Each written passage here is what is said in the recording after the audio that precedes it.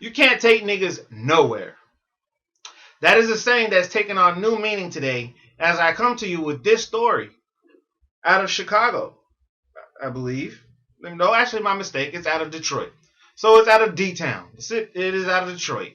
Motor City. You can't take niggas anywhere whatsoever. Now, in this story, you find a black man trying to do a good deed and help out. And you see the things that he get for being a good black man. This is why we can't deal with niggas. This is why niggas is the bane of our community right now. This is why we need to stop being niggas, celebrating niggas, and promoting niggas. Roll that nigga footage. But first, it was an ambush he didn't see coming. And I ran, and I said, help somebody, help. That's when they ran and took my car. A Detroit man beaten and carjacked shares his terrifying story. That tops our news today at 5. Thankfully, Neil Richardson is out of the hospital, back home tonight, but after a horrifying ordeal. Meanwhile, the two teens who ambushed him are still on the run. Let's get out to Sean Lay live. And Sean, he knows who those two are. Kimberly, good evening to you. Simply outrageous. Neil Richardson getting out of the hospital a short time ago, and he knows the two teens that put him in the hospital overnight. Two teens he was simply taking to church so those kids could play basketball, but instead they attacked him. Wham! It was like I was knocked out, but I wasn't knocked out. Because I couldn't be knocked out because I had to move. 64-year-old Neil Richardson was ambushed Wednesday evening by two teens, only 15 and 17 years old, two boys that he knows very well and was simply trying to help. Those teens stabbing Richardson several times. The teens grabbed Richardson's gun. He thought he was going to die. They said, shoot that N-word. That's what they said. Drag him back in the car, drag him back in the car. It all started with a simple act of kindness. Mr. Richardson knows the 15-year-old's mother. He was driving the teens to meet her at church on the west side so the teens could play basketball in the gym. But instead, those boys attacked him. All of a sudden, bam, out of nowhere. Bam. What's more, Richardson is desperately searching for his daughter, Adriana. She's been in the news recently. She's been missing since last month. The teens were showing Richardson social media posts related to his daughter to distract him when they attacked. And they kept pounding on me, but because I know how to fight, out the car. Couldn't see that well. My glasses were gone. Those teens taking Richardson's car. Here is the very latest, however. That car very recently has been found on the west side, and it has been found torched. So keep in mind, both teens, 15 and 17-year-olds, remain on the loose, and they are armed with Richardson's gun. Kimberly. And Sean, you mentioned that Richardson knows these two. How long had he known them? Yeah, we asked him that question. He's known both kids for about 4 years. He says he knows the younger one more because he knows his family better. He says he has brought him clothing, food, and even taken the younger one to court, which indicates that 15-year-old has been in trouble with the law before. Just up to no good. All right, Sean, hopefully they're caught soon. We appreciate it. Just up to no good. That is all she could say. Now, the story goes, Neil Richardson said that the boys are 15 and 17 years old, and he was just trying to help them out with a ride. He said he's known them for about 4 years, and he said he knows the 15-year-old better than he knows the 17-year-old because he's brought the 15-year-old clothes, food, and taken him to court. Pause. Why does a 15-year-old need to be taken to court?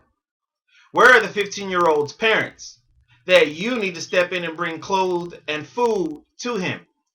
Where is this 15-year-old's family that they can't rely on his family to take them to court, that you need to take him to court? And then again, for you to do so much for this little nigga and this little nigga to come back and stab you, beat you, carjack you, and so on. You can't do shit for niggas. You can't take niggas nowhere. I don't care who like it. I don't care who don't like it. That is the bottom line. Because you never know when these niggas are going to flip. Niggas are unstable. Just like the, you know who raised them. Anyway. So Richardson said that it was like I was knocked out, but I wasn't knocked out. I couldn't be knocked out because I had to move. Richardson knows the 15-year-old's mother and was driving the teenagers to meet her at church on the city's west side so they could play basketball. Instead, the boys allegedly attacked them. So now I gotta ask, so did the mother call you and ask you to give them a ride? So no, the mother did not call you. Did you call the mother to let the mother know that you have her son, that you're bringing him to the church so he can go play basketball at the gym as was reported? Did you call? I don't think so. You probably did not. Normally you probably wouldn't. He was like, okay, I'm gonna just give you a ride so you can go meet your mother, and that's that. But the fact that you know his mother, he know that you know his mother, and he was still able to do this. There's no possible way he think he would have been able to get away with it. So why the hell did this 15-year-old do something like that? Because he's a nigga. Niggas don't think anything applies to them. They don't play by the rules. They don't abide by any rules. They believe that they're invincible, and anything that happens just happens. Fucking live fast, die young. Am I right? All right then. So now here's another thing as I'm going through this story. So you're taking them to meet the mother at the church so they can play basketball. If the mother's in church Wednesday evening, why are you taking them to the church to go play basketball? The mother's not playing basketball, so the mother has no control over what her child is doing. So you have a 15-year-old supposedly going to go out and play basketball while the mother is in church. When I was 15 years old, when my mother was in church, trust and believe, my ass was in church. When I was 17 years old, as long as I was still under my mother's roof, my dad's roof, as long as they were in church, I was in church. So when I turned 18, as long as my mother and my father were in church, I was in church. The only reason I was not in church, if I had other activities going on with the school so they know exactly where I'm at and what I'm doing and know that it is properly supervised. So why is it he's going to meet his mother at the church so he can go play basketball? So what does that say about the mother? The mother's not going to have their child in the church instead of outside playing basketball. If she's in the church looking after her own spiritual life and trying to do good, should she not partake that upon her own family members, especially her offspring, the leaders of the next generation, the leaders of tomorrow? Or is it just the niggas for tomorrow? I'm just asking a question. Why aren't they at least the 15-year-old? Forget the 17-year-old is not the brother, is not related. Okay, fine. The 15-year-old going to meet the mother at the church, go play basketball. Why is it not that 15-year-old is going to church with his mother instead of playing basketball out in the street? Since that's the excuse that they were given to get the ride to go over to the church anyway, before they attacked Mr. Neil Richardson.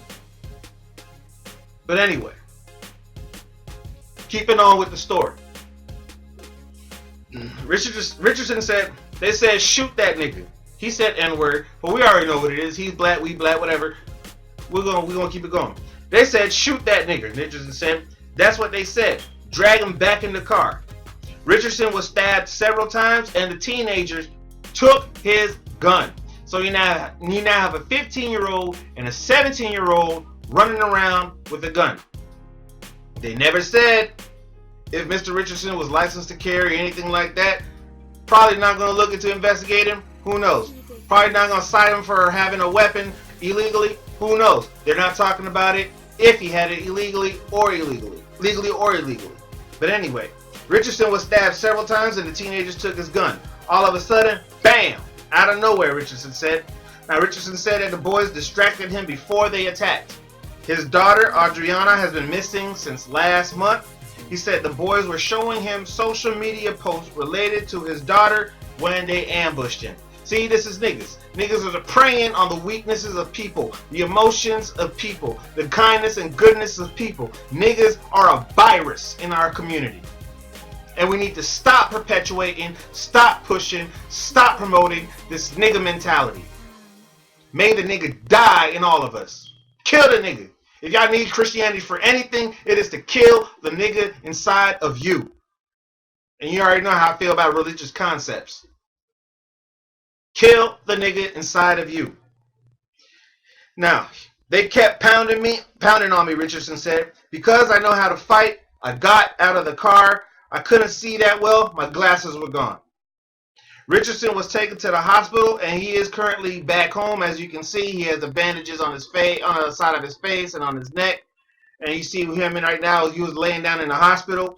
Now the teens are still on the run, but Richardson's car was found torched on the city's west side. The teens are on the run, but we know the mother of the teens. One of the teens. We know that the driver, Richardson, can identify the teen as well as the mother. Has pressure been placed on the mother to find her son? So if the teens are still on the run and the son is not at the mother's house, where is the son? Where is the son? The mother should know. Where is the son? Or is she hiding her son for Jesus? She's saving her son for Jesus. If she was saving her son for Jesus, she should have saved him Wednesday night. And instead of going to the basketball court, she should have been coming to church along with her. Where is the son? Like they say, you can't take niggas anywhere. You can't take them anywhere. Good for nothing. At any moment, they can flip. You can't do a good deed to niggas because niggas can't appreciate a good deed. You can't do nothing for niggas because niggas don't know how to act. Just last year, we had a story of the Uber driver that refused to take a group of niggas anywhere. What do? They harass them, they accost them, they recorded it on video and they post it to their social media thinking that it's cool. Look what we're doing to an Uber driver. Look what we're doing to this Uber driver. And they were having fun with it. And it was cool. Niggas. But they're asking for a ride to go somewhere. Niggas. Niggas are the only one that feel that they're better than everyone else and still ask for a ride and still act stupid getting that ride. Niggas. This year, a Lyft driver gave a group of niggas a ride. What did they do? They hijacked them. They held them hostage while they went on a crime spree through freaking 4 counties. Hillsborough, Pasco, over in Central Florida. Niggas. And you wonder why niggas are looked down upon by everybody. You wonder why people don't want to give niggas a chance. Niggas don't need a chance. Niggas need eradication. Niggas are like roaches. They need to go ahead and die. Black flag these niggas. Like I said, kill the nigga inside of you. If they can be salvaged, if they can be redeemed, kill the nigga in every single one of them. Every single one of them. But this is nigga shit. This is what niggas are doing. And Black Lives Matter ain't gonna talk about this. They're not gonna talk about black men. Shit, Black Lives Matter doesn't give a fuck about black men. If you look at their website and their guiding principle, who gives a damn about black men, right? But nobody gives a fuck about black men. You see that right now. Just like in the last story we reported about how the cop intentionally ditched his bike to avoid hitting a little girl, a little 4-year-old girl, and then ditching his bike, jumping off his bike. He jumped off and jumped clear of the impending crash, but the bike continued to go forward and it hit the little girl. That is what in the headline about the story. That is what you see in the meat of the story. But once you read further, you go deep down into the bottom of the story where they like to hide the rest of the real information that is pertinent, so you can get a bigger picture, grasp a better concept of what's going on. You find that not only was that little girl hit by the bike, so was an 18-year-old guy who, in turn, after being hit by the bike, pounced on the officer, the off-duty officer who claimed that he announced himself as an officer before they whooped his ass. So he had claimed. But of course he was off duty, so there's not going to be body camera footage to show us that. There's not going to be any recordings that we can hear him say, hey, I'm an officer, my bad, I didn't mean to hit your little girl before he got his ass whooped. There is none of that. You won't hear that, you won't see that, there's no recording, there's no witnesses to that. The witnesses that were there that are on the news are saying that the officer did not identify himself as an officer until after he shot his gun and killed Christopher Middleton. Nobody cares about black men. Nobody cares about black males. Nobody gives a fuck about black heterosexual men, boys, whatever you want to call it. But yet, we have a bunch of niggas running the street, doing whatever they want, to whoever they want, whenever they want. And we're supposed to just look the other way. We're supposed to not address this. We're supposed to not mention it because we're infighting. This is not infighting. This is correction. This is self-correction. We cannot hold the rest of the world accountable to treat us the way we're supposed to be treated if we refuse to treat ourselves the way we're supposed to be treated. Nobody's gonna give a fuck about you if you don't give a fuck about yourself. You can't help someone that doesn't want to be helped. It's the same concept, it's the same thing over and over. Now to this black man who tried to help out these two little niggas,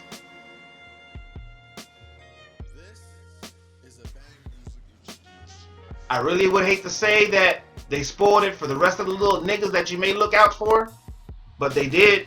I'm pretty sure you'll think twice before you're giving more than one nigga a ride in your car at a time. Seems like two or more, you're out the door. Two or more, you're out the door. No more. Sorry. We have a one nigga quota in this car. One nigga quota in this car. I'm not the nigga. I'm a black man. One nigga quota in this car. I can have a car full of people, but there's a one nigga quota no matter how big or how small that car is. Real talk. Teach these niggas one nigga at a time, because in a group, it might not fly. But teach these niggas one nigga at a time how to deprogram the nigga inside them, how to kill the nigga inside them. Maybe we stand a fighting chance. I'm your host, Hassan Labdouni. Thanks for checking out TLE TV. This was TLE News. Make sure you check out us on Facebook, facebook.com/lyricalelitist. Visit our website, lyricalelitist.com. That's again, lyricalelitist.com. Subscribe to us on YouTube, TLE TV, as well as Lyrical Elitist. Like, share, subscribe. Go ahead and visit the website. And if you'd like to donate, we're accepting donations. You can go to our donation page, patreon.com/TLE News. That's patreon.com/TLE News. And if you're watching this on YouTube, hit that little bell down there. No, not there. Yeah, hit that bell down there, so you can get notified whenever we put up new updates, news stories, new clips on what's going on around the world and around your neighborhood. I'm your host, Hassan Labdouni, signing off. TLE TV.